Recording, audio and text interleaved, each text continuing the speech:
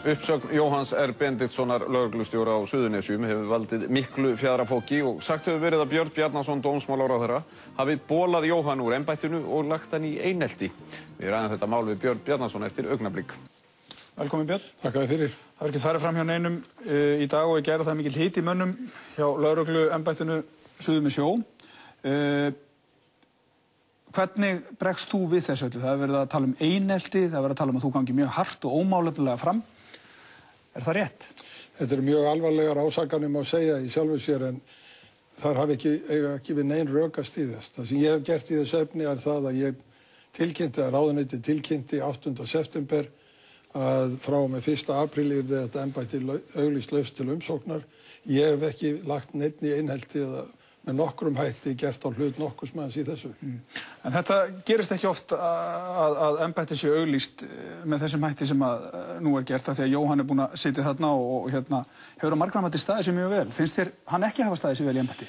Það sem ég hef sagt þetta á við skýr efnisleg rök að styðjast.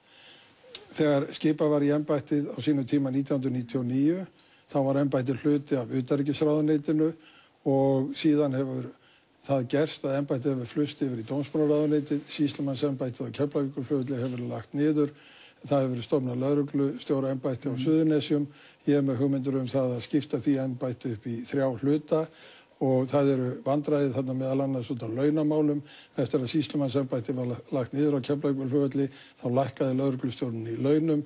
Hann hefur snúið sér til dómsmálaráðuneytisins með óskum það að við beitum okkur gagnvart kjararáði til þess að bæta honum upp þetta launatap.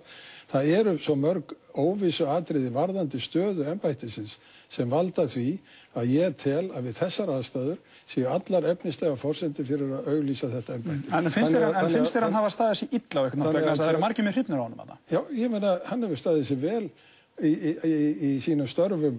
Hann er hins vegar ekki, kannski fjármálin er ekki í lagi og ég hef ekki farið í launkofa með mína skoðanir á því og ég hef líka sagt að ég er ekki hann er ekki sammála mér það að ég skipta embættinu upp í 3 og svo framvegis en það er ekki ástæði fyrir því að ég er að gera þetta. Ég hef aldrei lagt honum illt orð á neinn hátt. Við höfum átt gott samstarf og hann hefur átt með mér mjög góða fundi, við höfum farið yfir málin. Hann hefur aldrei lýst andstöðu við neitt af því sem ég hef lagt til umbætur í lögreglumálum og okkar samstarf hefur verið með ágætum þannig að það kemur mjög óvart að samstarfsmenn hans skuli nú koma fram og saka mig einelti eða einhver ofsóknir, þá ekki við nokkur rök að styðjast og er alls ekki í samræðum við okkar samskiptasögu og okkar Jóhanns. Nei, en Jóhann sjálfur sagði hér í gær að þín útskýring á þessu væri bara fyrirsláttur og vitnaði í það að yfirmaður löggæsluskrifstofu ráðuneytisins, dómsmálaráðuneytisins, hefði sagt að það að auglýsa stöðuna væri vægasta úrræðið og hann metur það sem svo að strangar úrræðið hefði verið hreinlega að reka námannum. Stóð til að reka hann? Ég veit ekki, nei, það hefur ekki staðið til hjá mér að gera það. Ég hef tekið þessa ákvörðun og tók þessa ákvörðun að auglýsa embættið.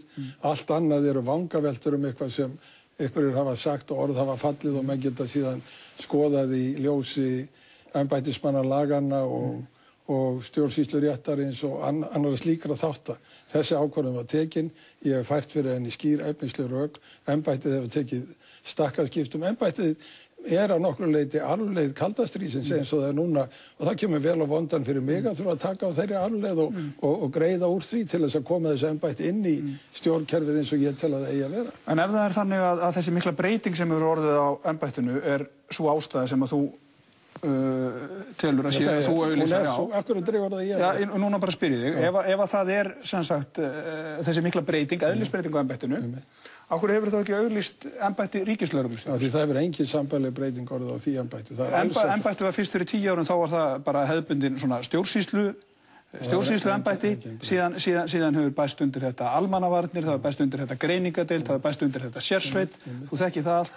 Í fjárheimildum hefur embætti vaxið, held ég, 6-falt á þessum tíma.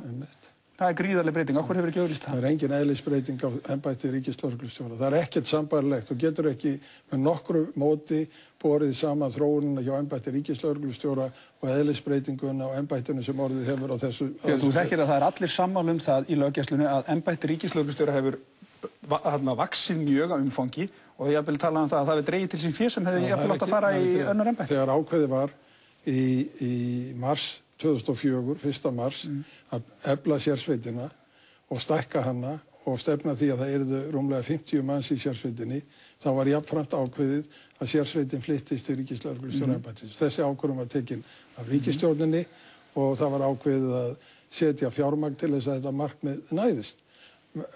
Það var alveg ákvörðun sem var tekin fyrir opnum tjöldum og sagt að hún í framkvæmd í áföngum og í samræmi við það hefur verið bætt við fé til sérsveitarinnar, sama hvort hún hefði verið hjá ríkislögreglustjóra eða einhver öðru embætti. En getur þú þá sagt það á þeim tíma sem Haraldur Jóhannesen, svo við tölum bara á hans valdatíma í embætti ríkislögreglustjóra, getur þú sagt að þetta sé sama embætti núna og fyrir 10 árum? Þeir eru búið að bæta undir sérsveitina, almannavörnum, greiningadeildinni, fjarskiptamiðstöð og þetta áttu bara að vera stjórnsýslueining, samþættingareining í upphaf. Varðandi kjör hans, að þá hefur ekkert breyst. Varðandi hans ráðningarkjör, varðandi eðli embættisins, varðandi það hvernig hann var ráðinn í embættið og hvaða skipunarbréf hann hefur, þá hefur ekkert breyst. Það allt annars eðlis varðandi þetta á Suðurnesjum. Það ekki hægt að bera það saman. En á hverju upplifa menn þá þetta þarna suður með sjó sem einelti af þinni hálfu og það labba þarna 3 menn út, það eru 4 lykilmenn í þessu embætti farnir? Ég get ekki svarað þeirri spurningu, Sigmar. Þú varst hér með Jóhann í gær og hann gerði grein fyrir sínum sjónarmiðum og þessi menn verða náttúrulega að gera grein fyrir skoðunum sínum að þessu. Ég hef til dæmis verið að flytja verkefni úr dómsmálaráðuneytinu yfir til sýslumannanna. Enginn segir að það þurfa að auglýsa sýslumannsembættin þótt að það sé breyting á verkefnum. Og menn hafa frekar fagnað því, sjá til dæmis embætti sýslumannsins á Blönduósi, það sem núna innheimtumiðstöð fyrir sakarkostnað og sektir og fjölgað var 11 manns við þetta litla embætti. Enginn hefur rætt það að það þurfa að auglýsa það embætti. Það allt annað, segir að flytja verkefni. Það líka hægt að taka sérsveitina aftur frá ríkislögreglu. Það einföld ákvörðun dómsmálaráðherra hvar sérsveitin vistuð. Þessi eðlisbreyting á embættinu á Suðurnesjum sem var skipað í þegar varnarliðið var hér og það var í tengslum við varnarlið og það sem núna það gjörbreyting og þegar við lítum á kjörin, launakjörin og annað það sem við þurfum að taka á og þá finnst mér eðlilegt að auglýsa þannig að sá sem komin í embættið hann veitir nákvæmlega að hverju hann gengur. Já, þú nefnir hérna fjárhagsvandann. Hann náttúrulega einhverju leyti tilkominn vegna þess að menn hafa verið að ná árangri þetta í starfi, auk þess að tekjur hafa dregist saman eða ekki út af brotthvarfi varnarliðsins, minnkandi auknum samdrætti í flugi og þess áttar sem við höfum reiknað tekjutapið vegna varnarliðssamstarfsins 40 milljónir. Varðandi flugið að þá á að innheimta öryggisgjald sem á að taka væntanlega mið við borgum öll sem förum upp í flugvél ákveð öryggisgjald og þá að renna til þess að standa undir því. Ég vil að þessi þáttur verði skilinn frá embættinu og fluttur undir samgönguráðuneytið þannig að flugmála yfirvöld hafi alveg yfirráð yfir þessu þætti. Ég vil líka að tollurum verði fluttur undir tollstjóra og það var fundur í dag á Hvolsvelli þar sem allir sýslumenn landsins voru samankomnir og þar var rætt að breyta landinu í eitt tollumdæmi og sýslumenn lýstu stuðningi við þá stefnumörkun. Þannig að ég sé ekki annað heldur en að allt það sem þá fjárhagsvandi embættisins, hann tilkominn vegna þess að menn hafa ekki unnið vinnuna sína nægilega vel þarna?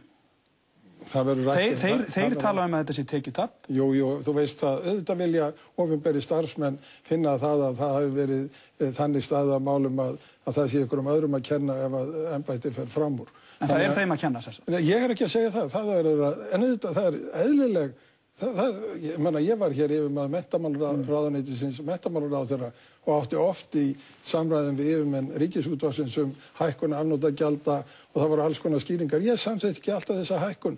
En þetta enda með því að það labba 4 menn út? Já, ég meina það þeirra. Og embættið er veikara eftir? Já, það þeirra ákvörðun og við verðum náttúrulega að fylla það skarð og ég veit að það þeirra ákvörðun, en hún ekki vegna þess að þú hefur gengið svolítið fram með óbilgjörnum hætti gagnvart þeim? Það tel ég ekki.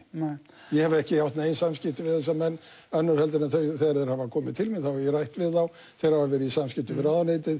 Ég hef tvisvar sinnum sent inn hópa af sérfræðingum inn í embættið til að aðstoða þá við það að koma og greiða úr þessum fjármálum þeirra og það liggja fyrir skýrslur það. En okkur eins og hann nefndi í gær Jóhann, okkur gefið þið í dómsmálaráðuneytinu honum vilyrði fyrir fjárveitingu til þess að ráða inn þessa 10 nýnema úr lögregluskólanum og síðan stóð það ekki þegar leitað var til fjárlaganefndar? Það var gefið, nú tökum við ákvarðanir í haust fjáraukalögin og þá...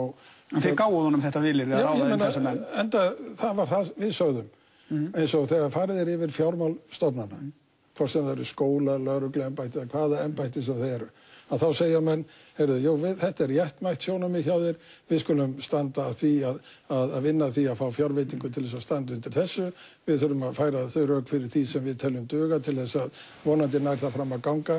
Önnur atriði segja menn, heyrðu, þetta eitthvað sem þið verið sjálfur að taka á, þetta þess eðlis að við viljum ekki leggja eitthvað lið við að leysa þennan. En í þessu tilfelli þá það þannig að þeir fá heimild til þess að ráða þessa 10 menns og svo stuttu síðar þá fá þið bréf þar sem að þeim gert að draga stórlega saman seglin sem þýðir náttúrulega það í praxís að þeir þurfa að segja upp þessum 10 mönnum sem að þið gáðu heimild til þess að ráða.